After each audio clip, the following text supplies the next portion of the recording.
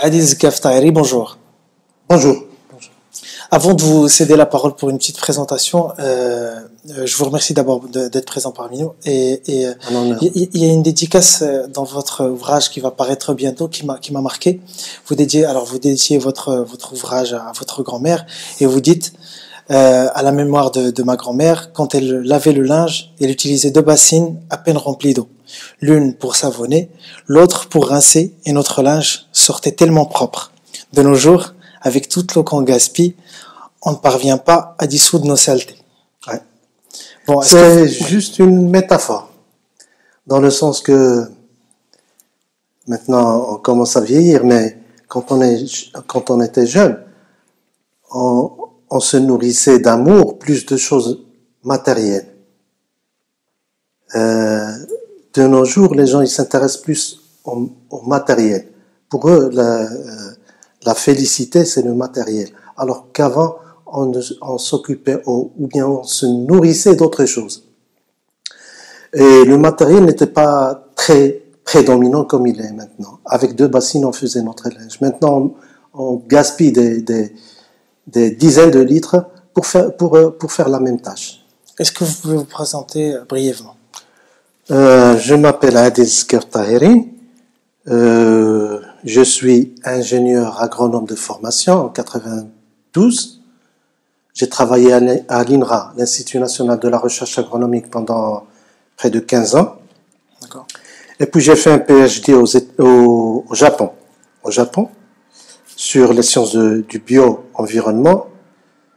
Après, je suis passé en Mauritanie avec une fondation, avec la fondation Manzanar Project, avec un scientifique américain maintenant décédé, mais qui était réputé dans le développement durable. J'ai travaillé quelques mois à Managem, et puis maintenant j'ai ma propre boîte, un bureau d'études, je fais un petit peu d'affaires. Très bien. Aujourd'hui, je précise qu'on va parler au stress hydrique et surtout l'impact sur l'agriculture. Je vais peut-être être volontairement provocateur en sortant une petite observation que m'avait confié un scientifique que j'ai rencontré récemment. Il m'a dit: le Maroc n'est pas un pays à vocation agricole puisqu'il est aride. Parce qu'il n'y a pas beaucoup d'eau en fait. Et là où il y a l'eau, il n'y a pas de surface. Est-ce que vous êtes d'accord avec cette observation? Non, la problématique se pose autrement. Le Maroc a toujours été un pays agricole, mais l'agriculture qu'on préconisait, qu'on pratiquait avant l'indépendance est une agriculture différente de ce qu'on pratique maintenant. À un certain moment, après l'indépendance, on a carrément rejeté notre agriculture traditionnelle. On a rejeté nos systèmes d'irrigation traditionnels. Et on s'est focalisé sur l'agriculture moderne, celle amenée par le colonisateur. L'agriculture moderne. C'est tout ce qui a fait le changement de l'agriculture marocaine. Maintenant, vous voyez, de nos jours, on parle d'agriculture biologique. Mais c'est peut-être cette agriculture biologique que nos ancêtres pratiquaient avant l'indépendance. Vous voyez, donc,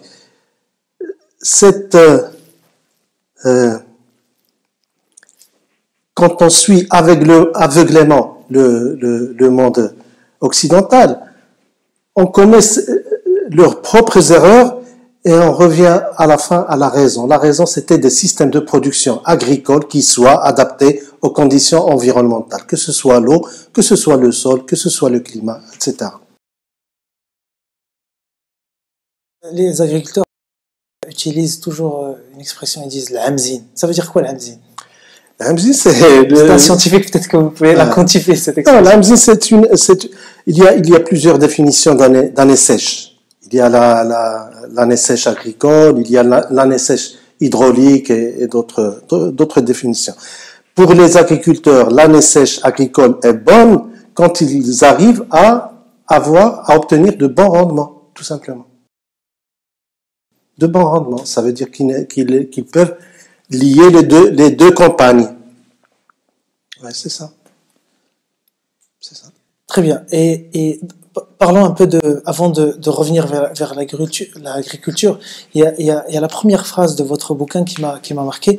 Vous dites que l'eau dans la culture maghrébine, parce que je précise que votre bouquin, il a pour objet d'étudier la gestion de l'eau au Maghreb, c'est bien ça? Oui, c'est ça. C'est ça. D'ailleurs, le titre, c'est la gestion de l'eau au Maghreb, contraintes et opportunités. Très bien. Vous dites, alors, première phrase, vous dites... je m'excuse. Je n'ai pas parlé de l'eau au Maroc parce que la problématique de l'eau, elle est régionale. L'eau ne connaît pas de frontières, de limites. Donc, parler de l'eau au Maroc revient à parler de l'eau en Algérie, en Tunisie. Bien sûr, il y a des petites modifications, des petites variations par-ci, par-là. Mais la problématique, elle est toujours omniprésente dans tous ces pays. La problématique de l'eau, la pénurie de l'eau. Mais parler de l'impact que cette pénurie va avoir sur les différents secteurs économiques ou pas, mais en tout cas l'impact dans une région déterminée, dans un territoire déterminé, ça a du sens, non? En fait, les pays du Maghreb, ils vont tous dans le même sens. Une pénurie de l'eau qui va mettre beaucoup de pression sur toutes les utilisations de l'eau, agricole, industrielle, urbaine. Donc, toutes ces activités-là vont se ressentir dans le futur. Et donc,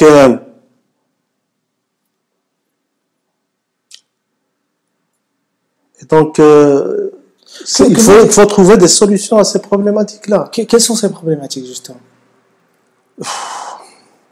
Maintenant, lorsqu'on parle de l'eau agricole, par exemple, référons-nous par exemple à l'office du Souss, à la région du Souss. Là, il y a des problématiques de rareté de l'eau, de salinité, d'investissement qui est vraiment très aigu.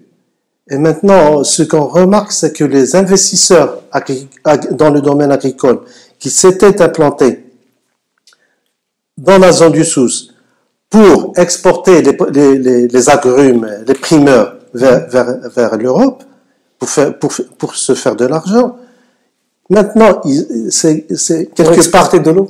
Pour exporter de l'eau, c'est ça en fait. Les produits agricoles, c'est de l'eau virtuelle. C'est de l'eau virtuelle qui est exportée.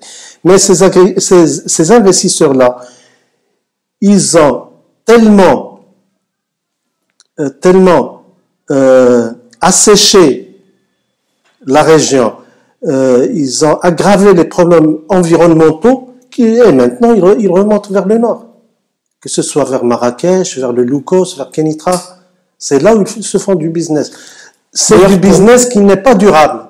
On est en train de détruire notre environnement. On est en train de donner l'avantage à la désertification. La désertification, les causes de la désertification, c'est pas tout simplement climatique, le réchauffement climatique et tout. Il y a aussi les actions anthropiques, celles de l'homme, une mauvaise gestion. C'est ce qui arrive au Souss, par exemple. D'ailleurs, pour compléter un peu ce que vous dites, la Chambre d'agriculture de Souss Massa vient de demander une subvention à l'État pour des investissements en énergie pour pouvoir exploiter davantage, voire. Vous voyez, il y a deux voies. Mais juste une question par rapport à ça. Il y a deux voies. Ou bien tu travailles, ou là tu agis d'une façon durable, et là les investissements sont modérés. C'est des investissements techniques et financiers qui sont bas. Ou bien tu travailles l'intensif. Et c'est ça ce qui se passe au Souss, par exemple. Tu travailles intensément ta terre, une production maximale, tu pompes l'eau là où tu veux. Je ne parle pas des techniques culturelles, est-ce qu'elles sont efficientes ou pas, mais à la fin, tu dégrades ton environnement. Donc, là, qu'est-ce que c'est que l'agriculture durable? C'est de pratiquer l'agriculture sur une région pendant du long terme, que je veux dire. On a travaillé, nous, nos enfants, nos petits-enfants, et ça va. Donc, c'est un lait qu'on doit laisser à nos enfants. Maintenant,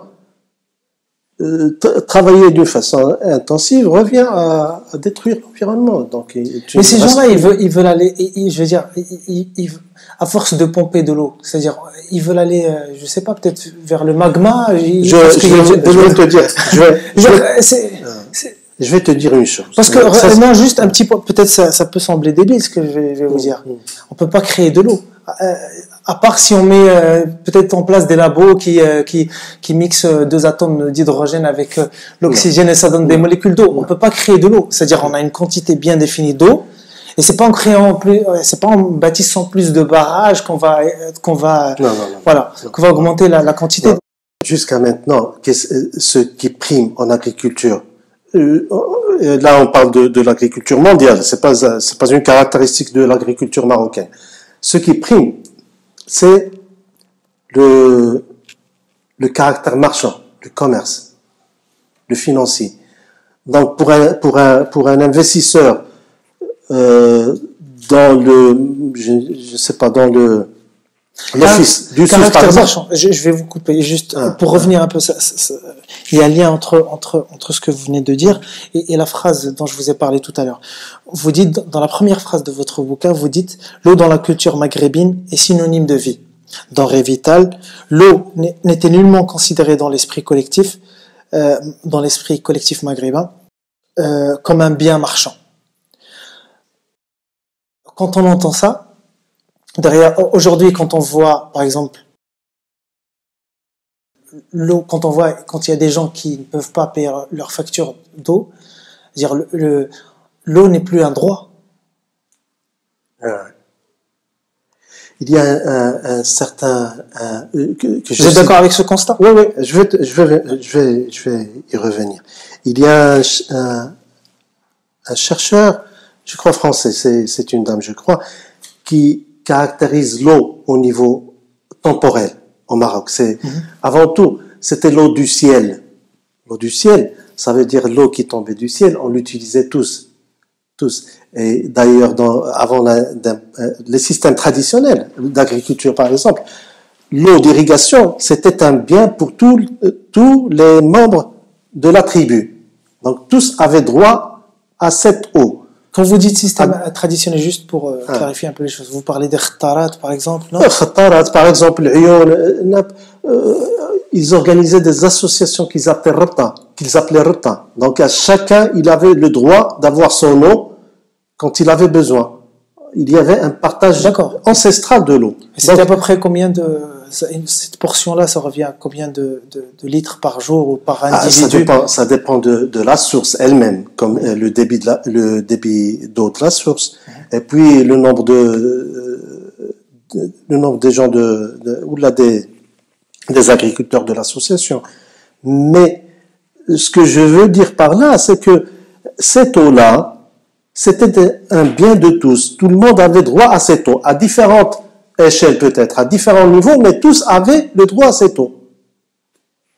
Là, ça c'est pour l'agriculture. Passons à l'eau potable, par exemple. Ouais. Mais je vous montre des petits exemples. Vous pouvez maintenant voyager au Sahara et sur la route, tu peux te trouver avec un puits où il est écrit c'est la propriété des passants. Chacun qui passe par le puits, il peut boire. Ça devient un bien commun à tout le monde. Tout le monde a droit à on peut pas mourir de soif. Mais les choses changent. Après, c'était l'eau de l'État. C'est les trois états de l'eau. L'eau de l'État, c'est là où l'État marocain, ou bien, je parle maintenant de l'État marocain, mais ça a été fait sur tous les États maghrébins. C'est l'appropriation de l'État de cette ressource.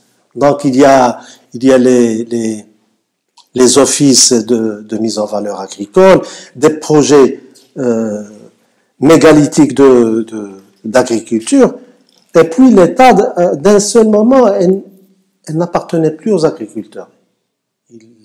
elle appartenait à l'État. C'est l'État qui l'a distribuée, donc c'est lui qui en est devenu propriétaire. C'est l'eau de l'État.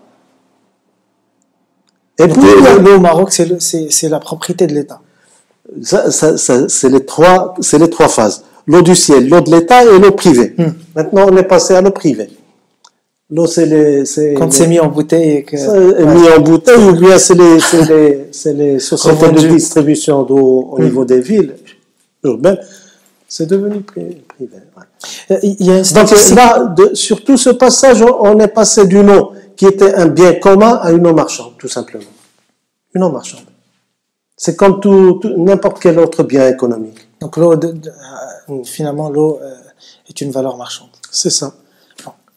Il y a une statistique de l'ONU qui, à fin 2018, alors je vais rapidement, sur l'approvisionnement en eau potable. En milieu urbain, ça atteint les 97%. Quand on dit 100% dans le milieu, ça atteint les 100% dans le milieu urbain et 97% dans le milieu rural. Oui. Quand on dit 97% dans le milieu rural, c'est juste des fois, on peut creuser un puits dans un douar. On parle parfois de borne fontaine. Borne fontaine, c'est l'eau n'est pas véhiculée jusqu'au foyer, mais il y a une borne fontaine qui est mise à la disposition, par exemple, d'un douar. C'est pas un branchement individuel. Non. D'ailleurs, bon. Il y a beaucoup de choses à l'intérieur. Ça, c'est une parmi les caractéristiques de l'eau rurale. Très bien. L'eau potable rurale. Tout à l'heure, vous avez dit que le Maghreb, nous, je préfère faire un focus sur le Maroc, mais bon, vous dites que, voilà, finalement, c'est une ressource qui est partagée au niveau de la région. Enfin, c'est la même problématique, mais à différentes intensités pour les pays du Maghreb. Le Maghreb, vis-à-vis de ces pays, il est, je dirais, en très bonne situation. On va pas. Par exemple, la Tunisie, ils connaissent un stress hydrique très important depuis des années. Et quand vous dites un stress hydrique, c'est-à-dire, ça veut dire quoi le terme? Cette notion de stress hydrique, ça veut dire quoi exactement? Parce que c'est quand même, c'est un mot qui est assez fort. Ouais. On se réfère. Il y a un certain monsieur, un Suédois, je crois, qui avait fixé le seuil de stress hydrique au niveau d'un pays, tout simplement en divisant la masse d'eau la masse d'eau accessible ou facilement mobilisable au niveau d'un pays, il la divise par la population, le nombre de personnes qui se trouvent dans le pays. Et là, il ressort avec un ratio. Donc, ce ratio, quand il est supérieur à 1000, il n'y a pas de problème. Mais quand ça descend à 750, à 500 mm, à 500 mètres cubes par personne, là, le stress hydrique devient sévère. Et tous les pays du Maghreb, maintenant, à part le Maroc, qui va rejoindre le peloton dans quelques, je crois, dizaines d'années, si je me rappelle, ils seront tous sous le seuil de stress hydrique, de pénurie hydrique. Donc, ce problème-là de pénurie de l'eau, c'est un problème structurel au niveau du Maghreb. Je dis du Maghreb, mais c'est l'Ouest Asia, North Africa, l'Afrique du Nord et l'Asie, et les pays asiatiques, l'Asie de l'Ouest. Donc, ces pays-là, ils connaissent un stress hydrique fort. Maintenant, qu'est-ce qu'ils font pour affronter cette problématique? Là, j'ai mon opinion. Ils font rien du tout. Ou bien, ceux qu'ils font, ils ne le font pas bien, tout simplement. C'est ça. On vit au Maroc, on vit en zone aride, semi-aride aussi. Ça dépend des régions climatiques. Le nord, c'est humide, mais désertique au sud, au Sahara. Semi-aride dans la Chaouia, par exemple, et Abda et tout. Il y a plusieurs étages climatiques. Mais en globalité, nous sommes un pays qui connaît un fort stress hydrique. Vu notre situation géographique, vu les conditions climatiques, est-ce que c'est sage, vu aussi, étant donné, au regard du coût financier et écologique, est-ce que c'est sage de faire du Maroc un pays agricole par excellence?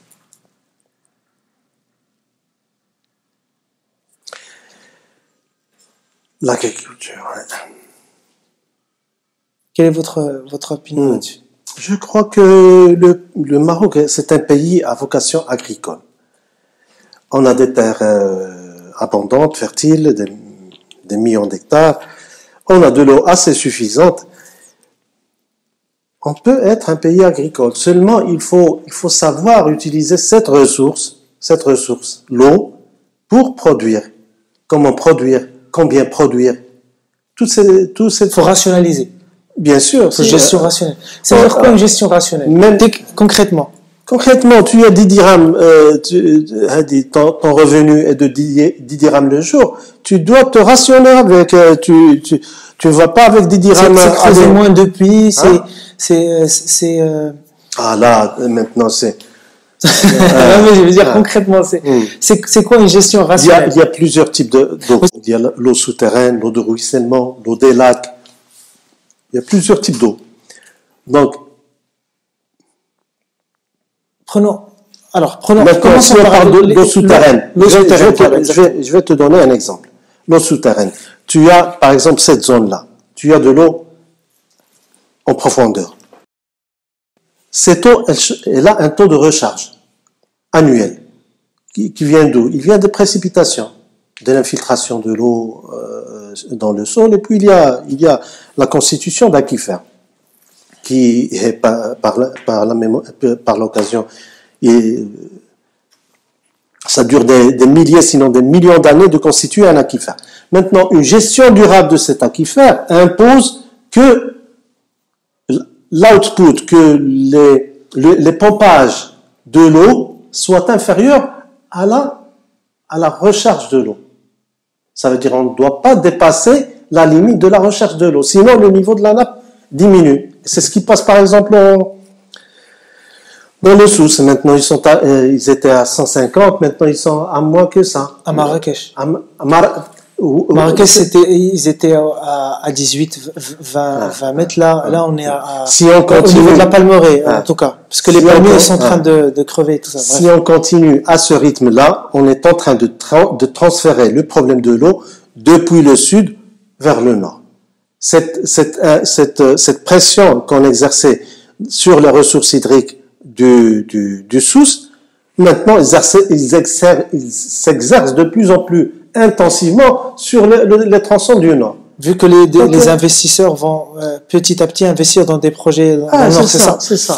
Parce que comme je t'ai dit, c'est l'économie qui prime. C'est l'économie qui prime. Et maintenant, cette vision économique, il faut l'expliquer. L'économique, est-ce que tu veux un économique de 10 ans ou bien un économique de 100 ans? C'est ça le développement durable. Si tu veux pomper de l'eau pour produire et exporter, te faire du pognon et tu oublies tout le monde, tu peux le faire en 10 ans. Après, tu laisses un environnement comme celui du Souss. Maintenant, si tu te diriges vers le développement durable, tu utilises d'autres systèmes de culture qui ne sont pas commandités par l'Occident. Parce que la France, par exemple, les techniques françaises, d'agriculture française, ne peuvent pas être appliquées dans un autre environnement que la France. Est-ce que, par exemple, le Maroc, on a une pluviométrie de 500 mm par an? On n'en a pas. Encore faut-il qu'on fasse plus appel à des cabinets internationaux pour mettre en place des... Regarde. Je vais t'expliquer. Maintenant, j'ai étudié un petit peu au Japon, dans un centre qui s'appelle Arid Land Research Center. Un centre de recherche de recherche en aridité, de zones arides. Je vais marquer ça en description. L'essentiel. Maintenant, on peut se poser la question, mais quelle est l'utilité d'un centre de recherche aride dans un pays hyper humide? Ça tombe 1500, 1600 jusqu'à 2000 mm par an. Pourquoi ils font ça? C'est parce que technologiquement, ça peut être économique. Ça veut dire, eux, ils sont en train de de façonner des technologies, de créer du savoir-faire, de créer des techniques pour les exporter dans nos pays arides et semi-arides. Et qu'est-ce qu'on est en train, nous, de faire? On est en train d'appliquer des méthodes. C'est comme ces enfants qui ouvrent la bouche comme ça en attendant de l'eau. Si tu as un problème dans ton pays, c'est personne qui ne va le résoudre, sauf ta population.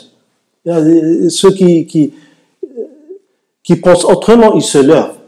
Donc, s'ils attendent de la technologie d'ailleurs, produite dans d'autres environnements qui n'ont pas cette problématique de l'eau, ils se leurrent.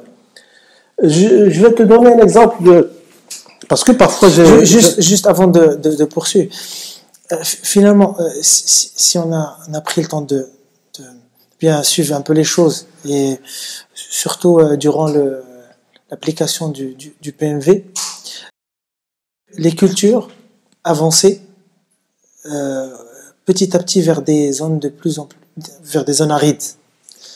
C'est par ignorance, par volontarisme politique, selon vous, regarde, ces programmes, les programmes étatiques d'agriculture au Maroc, ils étaient focalisés au tout début dans les secteurs où il y avait de l'eau en abondance. C'est pour ça qu'il y a eu des projets, de grands projets, mégalomanes, je dirais, politiques. Parce que les politiciens, ils veulent toujours des choses grandioses. Mais est-ce que ton environnement supporte ça ou pas? Ça, on ne se pose pas cette question parce que pour des besoins, je ne sais pas, de campagne électorale, de survie politique, je ne sais pas, ils préfèrent les grandes choses. Ça, c'est le régime économique aussi ça, qui le fait. C'est le capitalisme qui fait que... C'est même politique. Mais on ne va pas rentrer dedans. Ouais. Mais, je ne me rappelle plus ce que je voulais dire. Mais maintenant, par la même occasion, on est en train d'oublier le grand capital du Maroc. C'est quoi? C'est l'agriculture pluviale.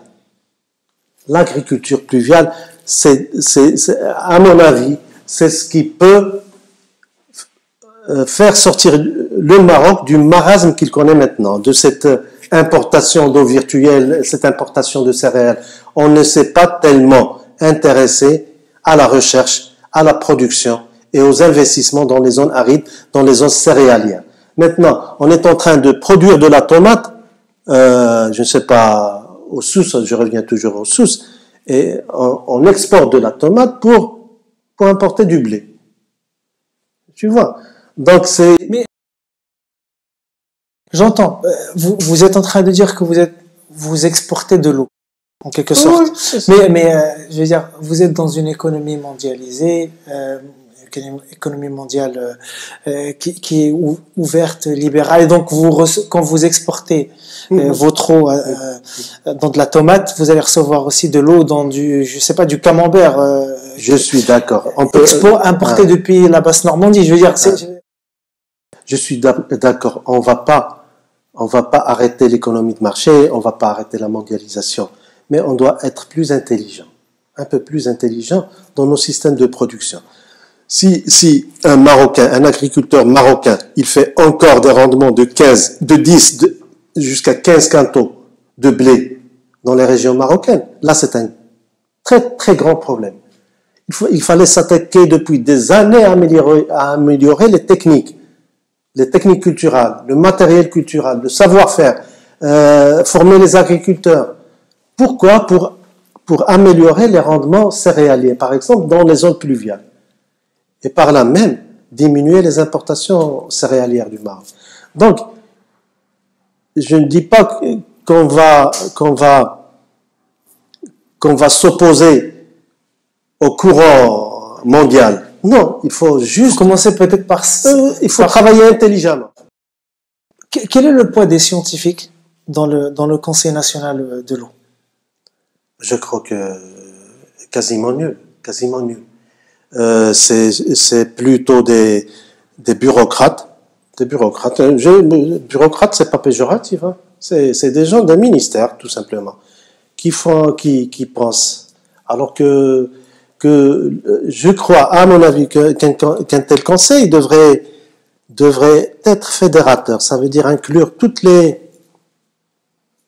je ne dirais pas les couches, mais toutes les capacités intellectuelles qui existent au Maroc. Et sortir avec des plans, sortir avec des visions,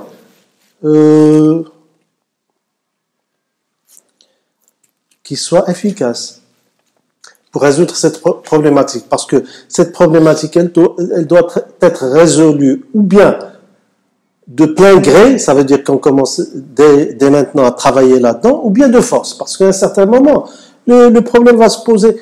Tu sais, même la culture marocaine, c'est une culture orale et on a tendance à oublier. Je vais te dire. Maintenant, cette année-là, c'est une année très humide. Donc, dans l'esprit populaire, ça y est, le Maroc, il n'a pas de problème d'eau. Parce que cette année a été humide. Mais dès qu'il y a 2-3 ans de sécheresse, tout le cauchemar de cette aridité structurelle qu'on a tendance à oublier, elle ressurgit.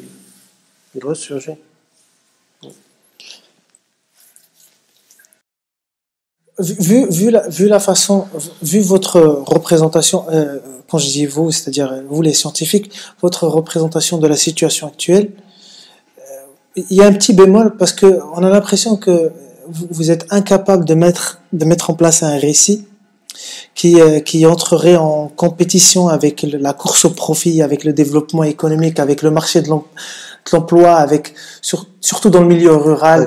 Regarde. Ouais. Personne ne peut annihiler le profit ou l'économique. Ça, on peut l'essayer, mais on va pas réussir. Maintenant, la fonction de la recherche, c'est d'anticiper les problèmes, c'est de les résoudre. C'est ça. Mais dans l'exécution, il faut bien un contre-pouvoir aussi dans l'exécution. C'est toute la Est-ce que ça se passe, par exemple, est-ce qu'il faut peut-être plus de scientifiques dans le Conseil national de l'eau, par exemple? Avant tout, il faut une vision claire. Et jusque-là, je crois que cette vision, elle est absente. C'est un avis personnel. Okay. La vision, elle est absente. Quel est le problème? Comment le résoudre? Quand est-ce que le résoudre? Combien de moyens faut-il mettre? Ça, c'est des choses dont on n'en parle pas. On ne parle pas de ça. Il faut, tu sais, cette politique de l'autruche. Nous, on sait qu'il y a ce problème de pénurie d'eau. Et on est en train de cacher nos têtes, tout simplement, dans le sable. Il faut affronter le problème. Une fois tu as conscience de ton problème, et tu veux le résoudre, tu vas le résoudre. Mais peut-être que cette conscience-là, elle n'est même pas parvenue à la classe politique et puis à la population marocaine. L'entité chargée de la gouvernance, c'est un terme qui me... L'eau, c'est le secteur qui touche à tous les ministères et à tous les départements et à toutes les activités sociales. Maintenant, si tu vois l'organigramme de la gestion de l'eau, l'organigramme de l'eau au Maroc, tu ne te retrouves plus. Il y a assez de départements pour remplir un livre. C'est là où je t'ai dit qu'il n'y a pas de vision claire. On ne peut pas avoir une vision claire tant qu'on n'a pas simplifié la réalité. Jusque-là, on n'a pas pu ou on n'a pas essayé de simplifier ce casse-tête, cet organigramme de la gestion de l'eau au Maghreb. Pourtant, c'est tout le monde qui est dedans. Quel est le responsable? C'est tout le monde qui est responsable. Les agences de bassins hydrauliques sont bien chapeautées par le ministère. Oui, c'est une expérience qui a débuté maintenant depuis assez de temps. Mais jusque-là, Et c'est cité dans plusieurs rapports techniques. Ces agences-là, ils n'ont pas encore les moyens de... Donc ils ne contrôlent pas, ils ne régulent rien du tout, ils ne régulent pas ni la consommation en agriculture, ni en industrie. Maintenant, tu peux partir, tu peux pas. Moi, j'ai visité quelques bassins, quelques agences des bassins de l'eau, et là, c'est la même chose. C'est des bureaucrates ils n'ont pas les moyens. C'est ça. C'est vrai qu'on ne s'y retrouve pas. Quand on cherche un peu, on trouve qu'il y a des agences de bassins hydrauliques, il y a le Conseil du climat et de l'eau, il y a toutes ces entités-là. C'est-à-dire que... Regarde, la procédure qu'on est en train d'utiliser quand vous dites au Maroc, mais c'est pas tout simplement au Maroc, dans nos pays. C'est qu'il y a un problème. Je crée une administration pour résoudre ce problème. Il y a tellement de problèmes dans nos pays qu'il faudrait tellement d'administration. C'est pas ça la solution. La solution, c'est la vision, c'est l'étude. Et ça, on est loin derrière ce qu'il faut faire. À chaque fois qu'on a un problème, on crée une administration, une institution qui va régler ce problème. Et ça ne finit pas, ça ne finira jamais. Maintenant, avec cette recrudescence de la pression sur l'eau, il y a une concurrence, une compétition qui va s'établir, qui va devenir de plus en plus intense entre les secteurs utilisateurs de l'eau. Et maintenant, qu'est-ce qui va arriver? Parce que l'eau pour boire, c'est personne qui va la toucher. Nous sommes là, il faut qu'on boive. Ça, c'est l'eau industrielle, elle est favorisée parce que l'industrie, c'est le pilier de l'économie et tout. Maintenant, qui est-ce qui paie les frais? Entre guillemets, c'est l'agriculture. Donc, il y aura d'ici 20 ans moins d'eau agricole qu'il y avait par le passé. Tu vois? Donc, là, c'est des tendances pareilles, que ce soit en Algérie, en Tunisie. Donc, maintenant, au lieu de dire, voilà, on n'aura plus assez d'eau pour l'agriculture dans le futur, pourquoi pas ne pas poser le problème d'une autre manière? Mais si on utilisait plus efficacement cette eau, tu vois, par exemple, si on est en train d'utiliser par exemple une logique curative, une logique préventive, intelligente. Et on est maintenant dans l'ère de l'intelligence, l'ère de l'efficience. Ça fait maintenant par exemple, pour faire le ménage dans cette salle, j'utilisais 5 litres d'eau. Si je n'ai pas assez d'eau, je ne pourrai plus utiliser ces 5 litres. Je devrais diminuer cette quantité. Et donc, par là même, augmenter mon efficience. Que ce soit par les techniques, que ce soit par la gestion. Et c'est la même chose qui se pose pour l'agriculture. Si on n'a pas assez d'eau comme on l'avait auparavant, il faudra tout simplement utiliser cette eau plus efficacement qu'avant. Maintenant, la logique commune qui existe, c'est que il faut des techniques pour améliorer l'efficience. Il faut de l'irrigation goutte à goutte, et là, c'est ce que nos pays sont en train de faire. Ça veut dire ils sont en train d'importer de la technologie d'ailleurs pour l'utiliser chez nous pour améliorer cette efficience. Mais ces gens-là vont vous dire que ces technologies qu'ils importent, c'est dans une optique d'efficience, justement. Oui, mais on pouvait le faire avec nos propres centres de recherche, non? C'est là, quand je reviens à la vision claire, ça veut dire même les centres de recherche, au lieu de travailler sur n'importe quoi ou de travailler sur toutes les thématiques qui existent dans le secteur agricole, il faut choisir ce qu'on appelle la priorisation des problèmes. Quel est le problème le plus prioritaire? Il faut commencer avec ce problème-là. Parce que le Maroc, il n'a pas assez de moyens pour faire la recherche je veux dire, il va pas faire de la recherche en nanotechnologie ou bien en biotechnologie. Mais là, il faut faire une prioritisation des contraintes au niveau naturel, économique, social du pays et travailler là-dedans. Si tu veux dire, c'est les moteurs de la solution. Tu ne peux pas activer tout en même temps, mais tu peux activer certains secteurs qui eux-mêmes vont activer des secteurs connexes. C'est comme ça que... Comment inciter des producteurs à adopter des types de consommation responsables? Que fait la police de l'eau? Ah, aucune idée. Ils sont combien? Je ne crois pas qu'ils ont tous les moyens. C'est une question d'effectifs? D'effectifs et de moyens. Ouais. Ah, ouais. Le Maroc est assez vaste, où les gens, ils sont pas... Les moyens ne collent pas avec, ou là, ne vont pas de pair avec la mission qui est incombée à cette police de l'eau. Et là, tout le monde fait juste... Il y a des dérapages. Des dérapages. Je me rappelle, par exemple, un périmètre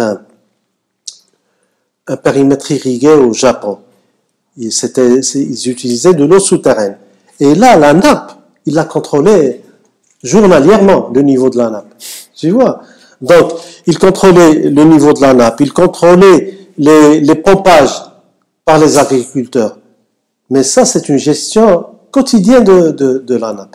Et ils contrôlaient aussi les décharges d'eau pour ne pas polluer cette nappe. Tu vois? Donc, c'est toute une gestion intégrée de la nappe. Et là, on est beaucoup en retard dans ce sens. Au regard de l'industrialisation massive de notre agriculture, qui est de fait une agriculture aujourd'hui très productiviste. Est-ce qu'il n'y a pas un risque que, par exemple, les nappes phréatiques soient contaminées par les produits chimiques qu'on utilise? Ah, ça, c'est les problèmes de pollution, ils sont pas tant, ou ils ont été étudiés en profondeur par certains chercheurs. Il y a de la documentation, il y a de la bibliographie là-dessus, scientifique et technique. Oui, mais qu'est-ce que je voulais dire? C'est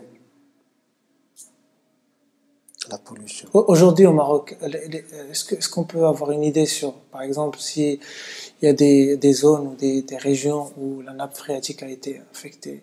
Je vous donne toujours l'exemple du Souss-Massa. Là, c'est... Dans ce cas, ça passe par quoi? Ça passe par, quand on veut traiter cette eau-là, ça y est. C'est au niveau de la station d'épuration que ça se passe? Ouais. Non, je vais te donner une idée. Maintenant, le prix du mètre cube dans les périmètres irrigués, il est subventionné par l'État. Ça veut dire qu'il couvre à peine les frais de production. Il est à moins de 1 dirham la tonne. 1 dirham la tonne. C'est comme ça que notre agriculture marche. 1 dirham la tonne, tu peux exporter tes tomates vers l'Europe. Mais si tu achètes les frais de production, de traitement, de filtration, ou bien de dessalement de l'eau, dépasse les 5 dirhams par mètre cube, alors ton agriculture n'est plus compétitive. Tu as compris?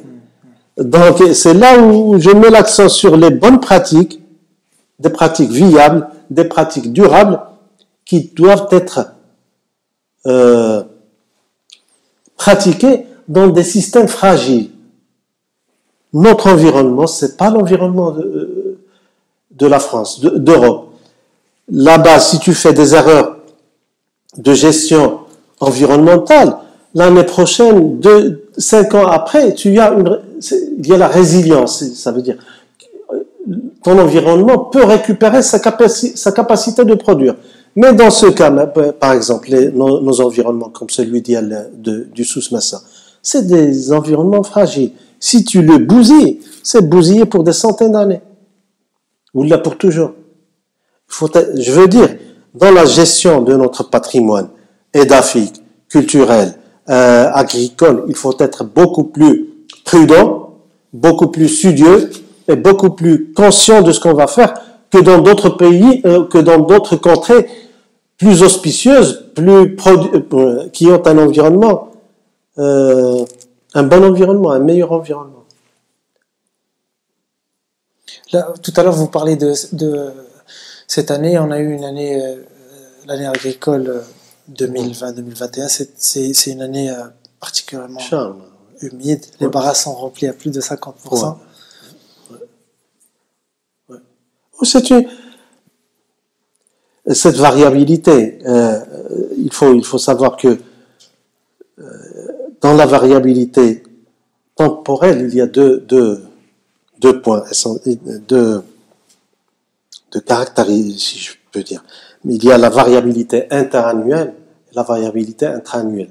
Ça veut dire, tu peux avoir parfois une année humide, mais sur le plan agricole, tu n'as pas la production qu'on espérait, par exemple. Pourquoi? Parce que cette eau, elle est mal distribuée pendant la saison agricole. Par exemple, elle est tombée d'une façon intense de septembre à novembre, et puis il n'y a pas eu d'eau jusqu'à mai. Par exemple, je caricaturise. Et il y a la variabilité annuelle, interannuelle. Donc, c'est là ces cycles de sécheresse qui sont structurés, qui sont récurrents dans le climat marocain. C'est ça ce qui fait la difficulté de la gestion de l'eau dans notre pays et dans d'autres pays maghrébins. Et c'est ce que je vous ai dit tout à l'heure. Cette variabilité interannuelle, elle n'est pas la même au niveau du Maghreb qu'en Europe. Donc personne ne va te donner des leçons comment gérer ton environnement ou bien ton climat que des gens qui ont vécu, qui vivent cette sécheresse, qui vivent cette je ne dirais pas calamité climatique, mais qui vivent cette contrainte climatique.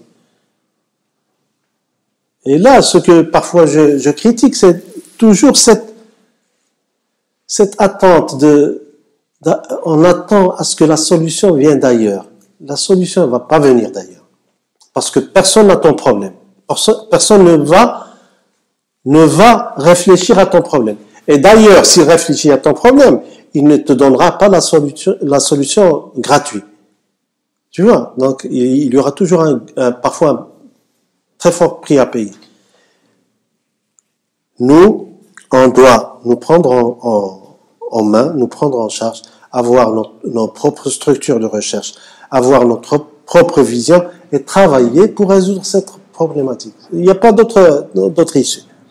Il n'y a pas parce qu'à un certain moment, cette limitation, cette pénurie de l'eau, elle va carrément limiter notre développement, que ce soit humain ou économique.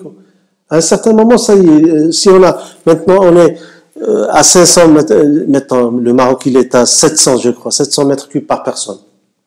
Si on descend à 500, à 300, ça va limiter c'est des choses stratégiques, on parle de la survie d'un pays.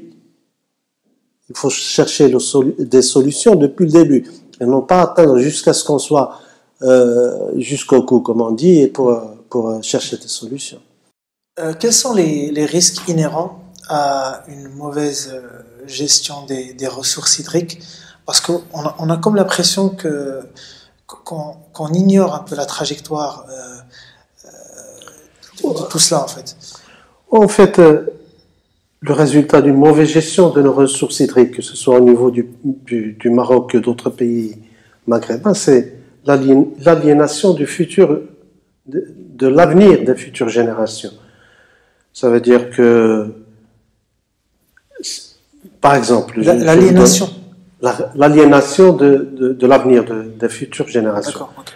L'exemple des bassins versants, par exemple, qui souffrent de stress hydrique, ne cessent de monter.